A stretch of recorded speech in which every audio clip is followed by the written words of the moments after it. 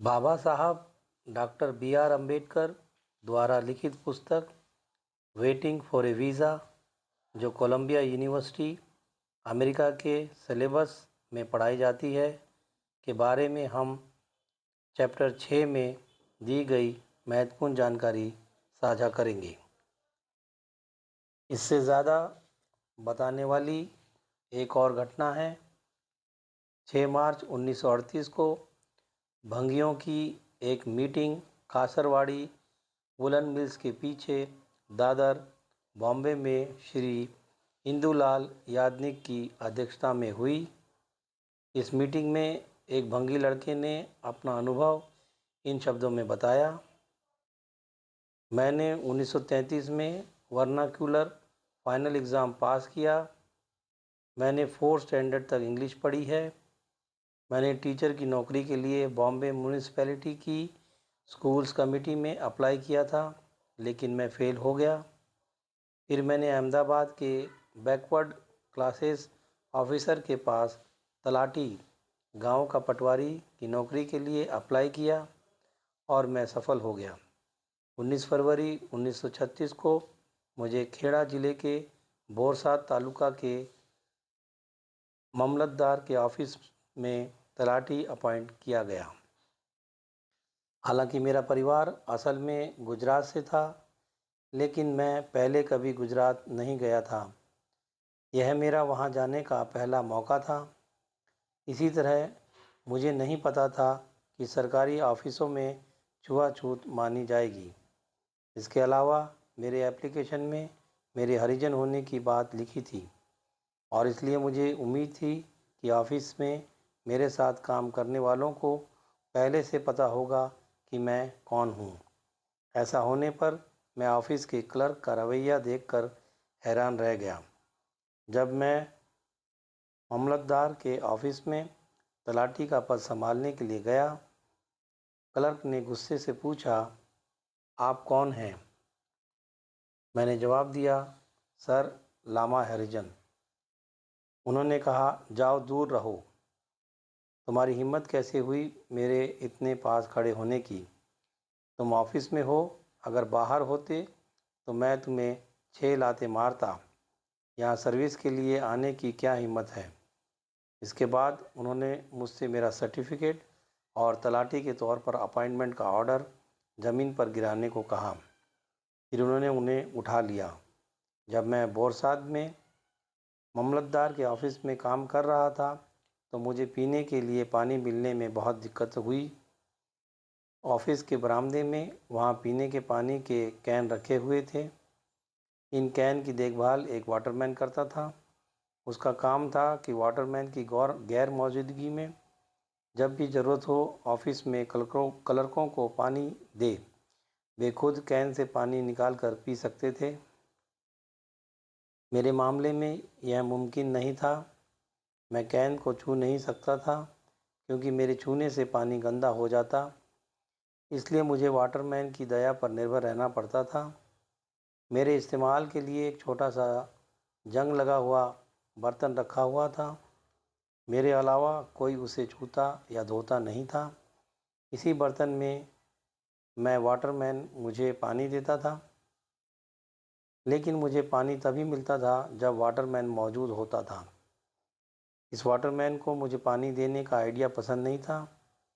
यह देखकर कि मैं पानी के लिए आ रहा हूँ, वह किसी तरह निकल जाता, जिसका नतीजा यह होता कि मुझे बिना पानी के रहना पड़ता और जिन दिनों मुझे पीने के लिए पानी नहीं मिलता था वे दिन कम नहीं थे।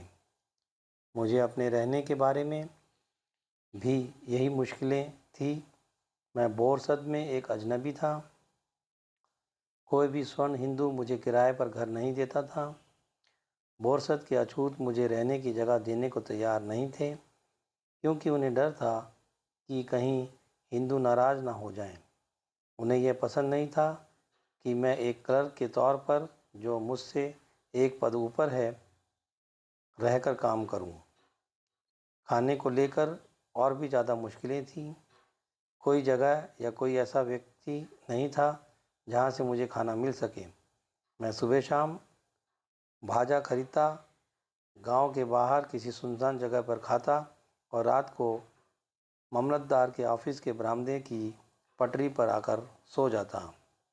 इस तरह मैंने 4 दिन गुजारे। यह सब मेरे लिए बर्दाश्त से बाहर हो गया।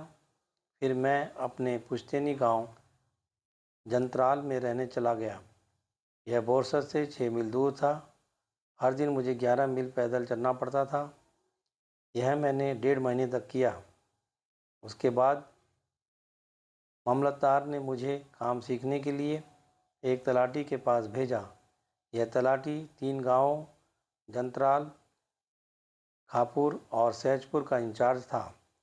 जंत्राल उसका हेडक्वार्टर था। मैं इस तलाटी के साथ 2 महीने तक जंत्राल में रहा। उन्होंने मुझे कुछ नहीं सिखाया और मैं एक बार भी गांव के ऑफिस में नहीं गया। गांव का मुखिया ख़ास तौर पर गुस्से वाला था। एक बार उसने कहा था, तुम्हारे पापा, तुम्हारे भाई स्वीपर हैं जो गांव के ऑफिस में झाड़ू लगाते हैं और तुम हमारे बराबर ऑफिस में बैठना चाहते हो। अपना ख्याल रखना, बेहतर होगा कि यह नौकरी छोड़ दो। एक दिन तलाटी ने मुझे गांव की पॉपुलेशन टेबल बनाने के लिए सहजपुर बुलाया। मैं जंत्राल से सहजपुर गया। मैंने ऑफिस के में मुखिया और तलाटी को कुछ काम करते हुए पाया। मैं गया, ऑफिस के दरवाजे के पास खड़ा हुआ और उन्हें गुड मॉर्निंग कहा, लेकिन उन्होंने मेरी तरफ कोई ध्यान नहीं दिया। मैं लगभग 15 मिनट तक बाहर खड़ा रहा। मैं पहले से ही ज़िंदगी से थक चुका था और इस तरह नज़रअंदाज और बेइज्जत किए जाने पर मुझे गुस्सा आ रहा था। मैं वहाँ पड़ी एक कुर्सी पर बैठ गया। मुझे बैठा देखकर कुर्सी पर बैठे मुखिया और तलाटी चुपचाप मुझसे कुछ कहे बिना चले गए। थोड़ी देर बाद लोग आने लगे और जल्द ही मेरे चारों ओर एक बड़ी भीड़ जमा हो गई। इस भीड़ को गांव की लाइब्रेरी का लाइब्रेरियन लीड कर रहा था। मुझे समझ नहीं आ रहा था कि एक पढ़ा लिखा आदमी इस भीड़ को क्यों लीड कर रहा है। बाद में मुझे पता चला कि कुर्सी उसकी थी। उसने मुझसे बुरी तरह गालियां देना शुरू कर दिया। रवानिया गांव के नौकर से बात करते हुए उसने कहा, इस गंदे कुत्ते भंगी को कुर्सी पर किसने बैठने दिया। रवानिया ने मुझे कुर्सी से उतार दिया और मुझसे कुर्सी छीन ली। मैं ज़मीन पर बैठ गया। इसके बाद भीड़ गांव के ऑफिस में घुस गई और मुझे घेर लिया। यह गुस्से से भरी एक गुस्सेल भीड़ थी। कुछ मुझे गालियां दे रहे थे, कुछ मुझे तलवार जैसा कोई तेज हथियार से टुकड़े टुकड़े करने की धमकी दे रहे थे। मैंने उनसे माफ़ी मांगी और मुझ पर रहम करने को कहा। भीड़ पर इसका कोई असर नहीं हुआ। मुझे समझ नहीं आ रहा था कि मैं खुद को कैसे बचाऊं, लेकिन मेरे मन में एक आइडिया आया कि मैं मामलतदार को अपनी किस्मत के बारे में लिखूं और उन्हें बताऊं कि अगर भीड़ मुझे मार देती है तो मेरी बॉडी को कैसे ठिकाने लगाया जाए। वैसे मुझे उम्मीद थी कि अगर भीड़ को पता चल गया कि मैं असल में मामलतदार को उनके खिलाफ़ रिपोर्ट कर रहा हूं तो वे शायद हाथ रोक लें। मैंने रावणिया से एक कागज़ देने को कहा जो उसने दिया। फिर मैंने अपने फाउंटेन पेन से उस पर बड़े बोल्ड अक्षरों में यह लिखा ताकि सब पढ़ सकें, सेवा में मामलतदार तालुका बोरसद सर परमार कालिदास शिवराम की तरफ से आपका विनम्र अभिवादन स्वीकार करें।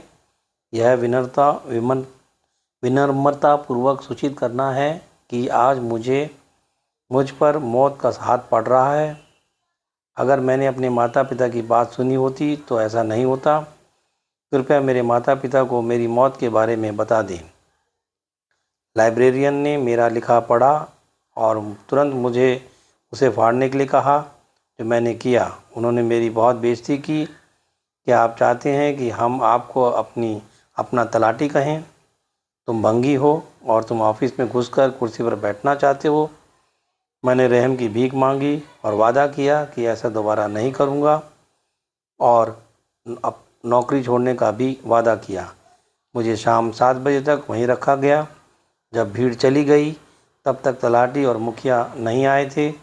इसके बाद मैंने 15 दिन की छुट्टी ली और बॉम्बे में अपने माता पिता के पास लौट आया।